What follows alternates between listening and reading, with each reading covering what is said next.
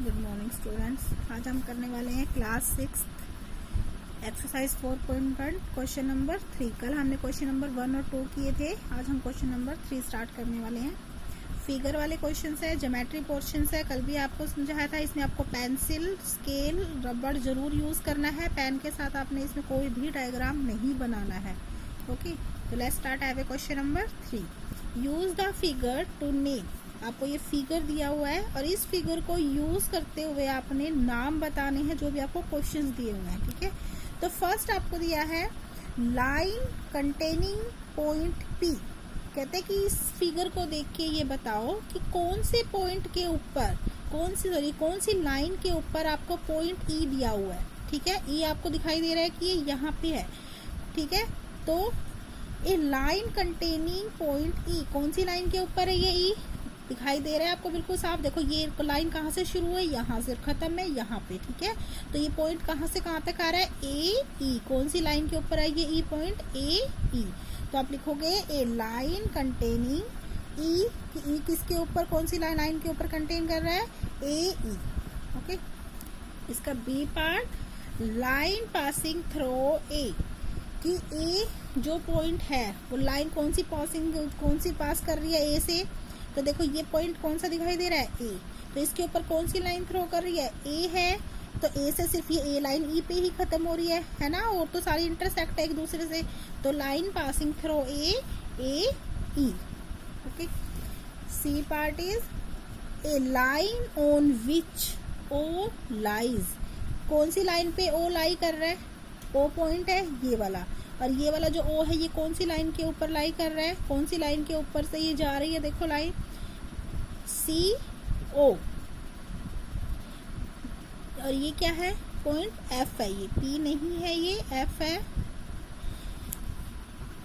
A line on which O lies, कि कौन सी वो लाइन है जिसपे ओ लाई कर रहा है। ठीक है, तो ओ आपका ये है, तो आपको लाई कौन सी का लाइन कर रही है, सी ओ। तो आप लिख दोगे यहाँ पे सी ओ।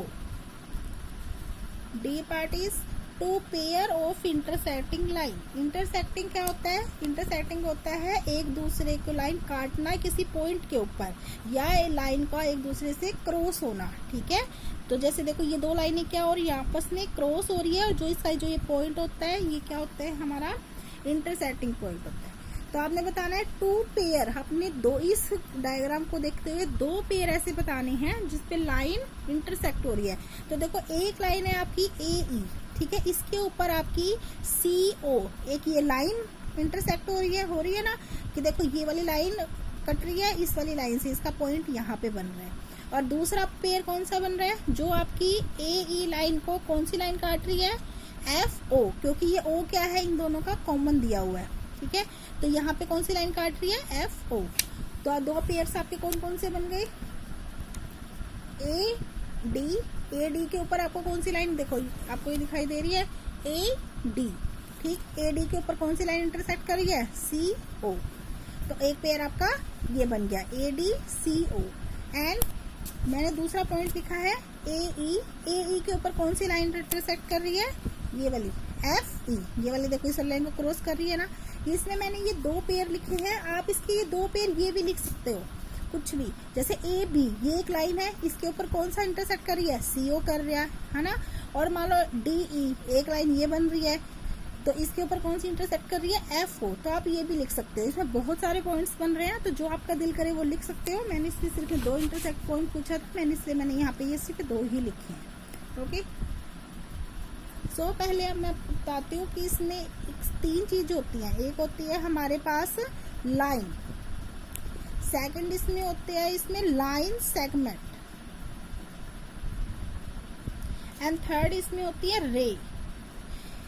अब ये होती तो सारी की सारी लाइन ही है, बट इसके अंदर डिफरेंस क्या होता है। देखो जो लाइन होती है, मान लो मैंने ये लाइन ऐसे लगाई और यहाँ पे आपने ऐसे एरो के निशान देखे होंगे, है ना। तो लाइन का ये मतलब होता है कि इस लाइन को है ना हम आगे बढ़ा सकते हैं कहीं पे भी, इसकी कोई लिमिट नहीं है। ठीक है, यानी ये जो एरो इधर ऐसे लगा हुआ है तो इसको आगे हम कर सकते हैं। तो ये क्या होती है, हमारी लाइन। फिर आपसे क्वेश्चन पूछा गया था, जैसे कल सेकंड क्वेश्चन में भी किया था, लाइन सेगमेंट। तो लाइन सेगमेंट क्या होता है? लाइन सेगमेंट में होता है कि आपको एक पर्टिकुलर पॉइंट दे दिए जाते हैं कि आप लाइन को ज्यादा बढ़ा नहीं सकते। अब जैसे हम ज्योमेट्रिकल के क्वेश्चंस करते हैं कि आपको एक लाइन लेनी है ए बी 5 सेंटीमीटर, तो मान लो मैंने एक पॉइंट ये लिया ए और दूसरा पॉइंट हो गया मेरा ये बी, ठीक है। तो ये मैंने कितने लिया? 5 सेंटीमीटर, यानी उन्होंने हमें बोल दिया कि 5 सेंटीमीटर हमने लाइन लेनी है, ना तो हम इसको ज्यादा कर सकते ना हम इसको कम कर सकते।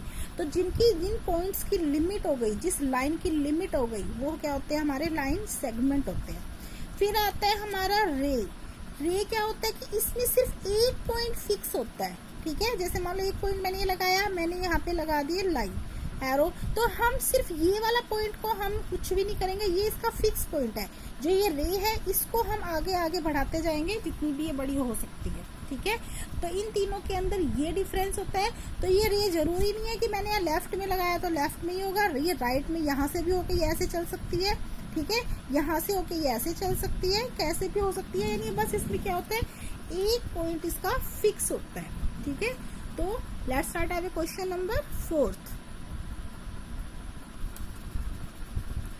क्वेश्चन नंबर 4 है how many lines can pass through. कहते हैं कि आप इसमें से कितनी लाइनें लिख सकते हो, बना सकते हो। तो आपको क्वेश्चन दिया हुआ 1 गिवन पॉइंट, ठीक है। तो कहते हैं मैंने आपको एक पॉइंट दे दिया, जहाँ पे बाई चांस मैंने एक पॉइंट दे दिया, ठीक है। कहते हैं इसके अंदर आप कितनी लाइनें बना सकते हो। तो देखो इस पॉइंट के अंदर मैं ऐसे लाइनें लिख कर, एक लाइन ऐसे कर दी मैंने, ये ऐसे ऐसे, देखो सब सारी की सारी लाइनें मैं कहाँ के डाल रही हूँ?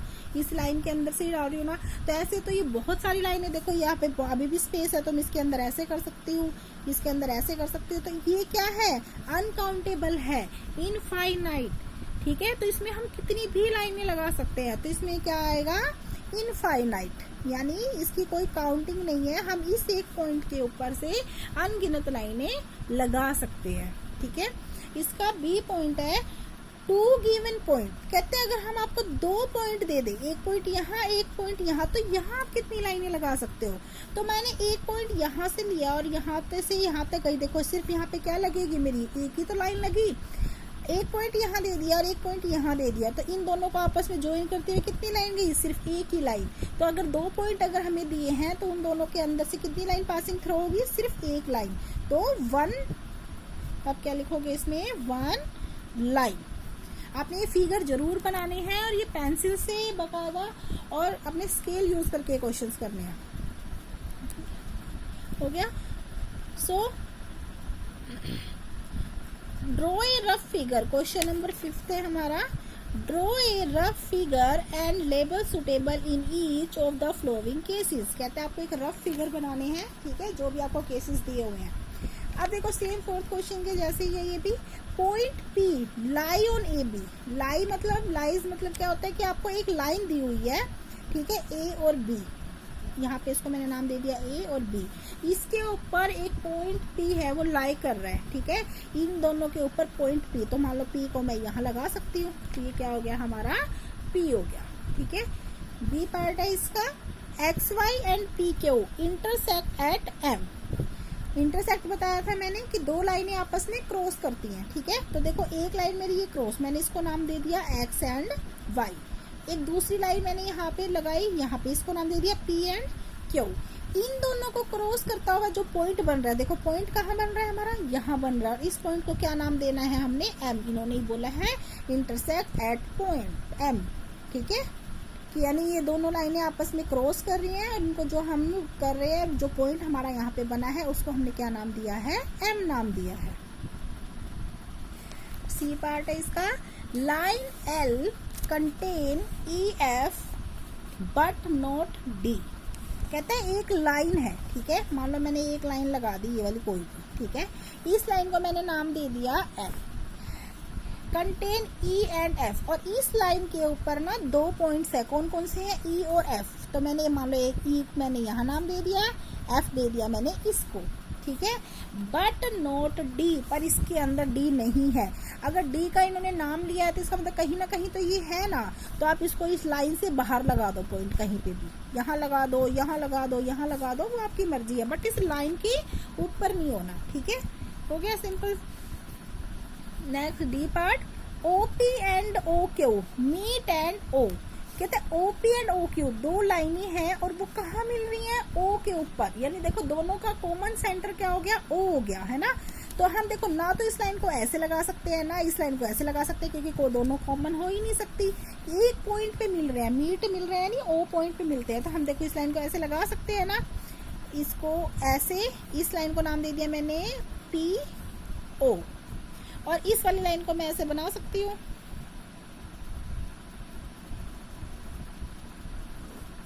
ये कौन सा है हमारा ओ क्यू। तो देखो दोनों के दोनों इस पॉइंट पे क्या हो रहे हैं, ये हमारे ओ है, ओ पी बन गया, ये क्या बन गया, ओ क्यू बन गया।